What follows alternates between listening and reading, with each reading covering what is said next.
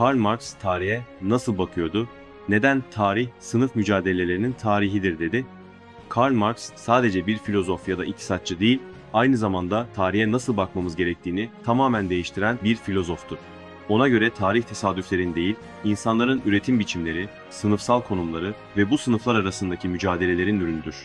Marx'a göre tarih sadece kralların, padişahların ya da savaşların hikayesi değildir.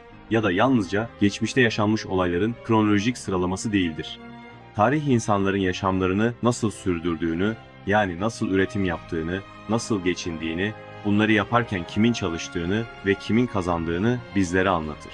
Çünkü insanlar doğayla ilişki kurar, ihtiyaçlarını karşılamak için üretim yapar.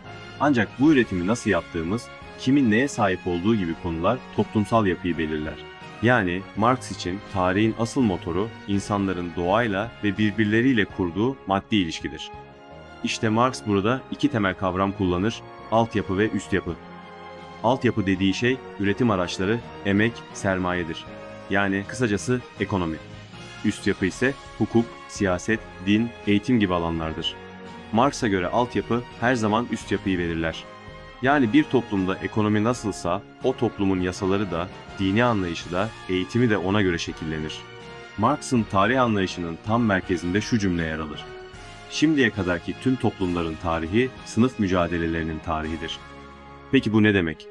Marx'a göre insanlık tarihi boyunca toplumlar daima bir üretim ilişkisi etrafında örgütlenmiştir. Ama bu üretim ilişkileri hiçbir zaman eşitlikçi olmamıştır.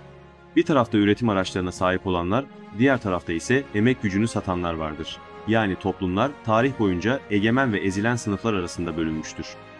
Burjuvazi, fabrikaların, makinelerin, hammaddelerin sahibidir. İşçi sınıfı ise geçinmek için emeğini saatlik ya da günlük ücretle satmak zorundadır. Bu ilişki Marx'a göre eşit bir ilişki değildir. Tam tersine sömürüye dayanır. Patron, işçinin ürettiğinden daha azını ücret olarak verir. Geriye kalan artı değer ise patronun kârıdır. Bu da demektir ki işçi zenginliği üretir ama o zenginliğe sahip olamaz. Marx buna emek sermaye çelişkisi der. Bu çelişki sadece bireysel bir sorun değildir.